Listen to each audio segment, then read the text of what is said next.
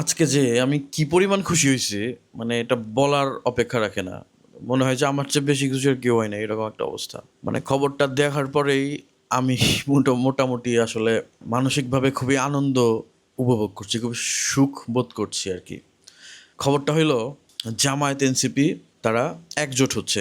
বাহ, বাহ, বাহ! এর মতো আনন্দের খবর আপাতত আর আমার কাছে নাই। আচ্ছা, এখানে এখন আসন নিয়ে একটু ঝামেলা চলছে। জামাত এনসিপি চেয়েছে হচ্ছে ৫০টার মতো আসন, আর জামাত দিতে চেয়েছে হচ্ছে ৩০টার মতো আসন। মাঝখানে কিছু একটা নিয়ে সমঝোতা হবে আর কি। হোক, হোক।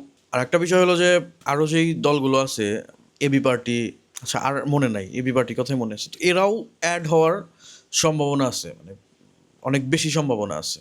তো বিষয়টা কি দাঁড়ালো, অন্তত যারা ভারত বিরোধী, আই মিন যারা ভারতের আগ্রাসন থেকে মুক্তি চায়, তারা অন্তত একটা ছাদের নিচে আসতে পারতেছে। এই খবরটা আমি আমার বন্ধুদের সাথে আরও অনেক আগে শেয়ার করছি যে ভাই তোরা দেখিস, এই কাজটা হবে, কিছুদিনের মধ্যে এই কাজটা হবে। একটা মেটিকুলাস প্ল্যান কাজ করতেছে, এই কাজটা হবে কিছুদিনের মধ্যেই। তো হলোও তাই, বা হতে যাচ্ছে, হবে ইনশাল্লাহ। মানে জামায়াতের যে কি পরিমাণ নতুন ভোটার তৈরি হয়েছে, হ্যাঁ, যারা আসলে মানে জেনজি, বা যারা আসলে হয়েছে কি, মানুষ তো এখন সচেতন, মানুষ তো জানে আর চেতনা বিক্রি করে আর কাজ হবে না। তো ওই জায়গা থেকে মুক্ত হতে চাইছে মানুষ সবসময়। ভাই বিএনপির কথা আর কি বলবো, তাদের কথা নাই বলি।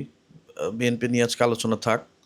তো আলোচনাটা হলো এটাই যে অ্যাটলিস্ট মানুষ একটা শেল্টার পাচ্ছে, যেখানে যারা, যেই টেরিটরির সবাই হচ্ছে মোটামুটি দেশপ্রেমিক, অন্তত ইন্ডিয়ার সাথে কোনো বিষয়ে সমঝোতা করবে না। এটা দেশের মানুষ বুঝে গেছে, আর দেশের মানুষ বিশ্বাস করতে শুরু করেছে।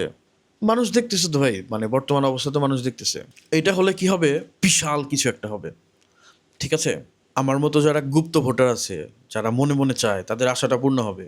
যে না, কি চায়, যে দেশে অস্থিতিশীল পরিবেশ বাদ দিয়ে, একটা দলের দাদাগিরি বাদ দিয়ে, একটা দেশের রক্তচক্ষুর আড়ালে যেন আমরা নিজেরা নিজেদের মতো করে একটা দেশ গঠন করতে পারি। ঠিক আছে, কারণ আমরা তো জানি ভারতের ছত্রছায়ায় বাংলাদেশের যত কিছু করার সম্ভাবনা ছিল, তার মানে ইচ্ছা থাকলেও বাংলাদেশ করে নাই, ইচ্ছা করেই করে নাই। বা যেই সমস্ত জিনিসপত্রতে বাংলাদেশের আরো বেশি মনোযোগ দেওয়া দরকার ছিল, ইনভেস্ট করা দরকার ছিল, সেই সমস্ত জিনিসপত্রতে ভারত সবসময় অনুৎসাহিত করছে, বা ইচ্ছা করেই ওরা এই জিনিসটা আটকিয়ে রাখছে, করতে দেয় নাই। মানে জিনিসটা ওই রকম যে আগের দিনে যারা হচ্ছে মানে সাহেব পর্যায়ের ছিল, তারা নাকি প্রজা প্রজা লেভেলের যারা যারা ছিল, তাদেরকে নাকি পড়াশোনা করতে দেয় নাই, যে ওরা পড়াশোনা করলে তো আমাদের চাকর বাকর থাকবে কে। তো এই বেশ বিষয়টাই তো, আমরা তো স্লেভ স্লেভ বানায় রাখা হয়েছিল এতদিন। আমরা ফাইনালি মানে একটু চিন্তা করতে শিখছি, একটু নিজের মতো চিন্তা করতে শিখছি, একটু বুঝতে শিখছি।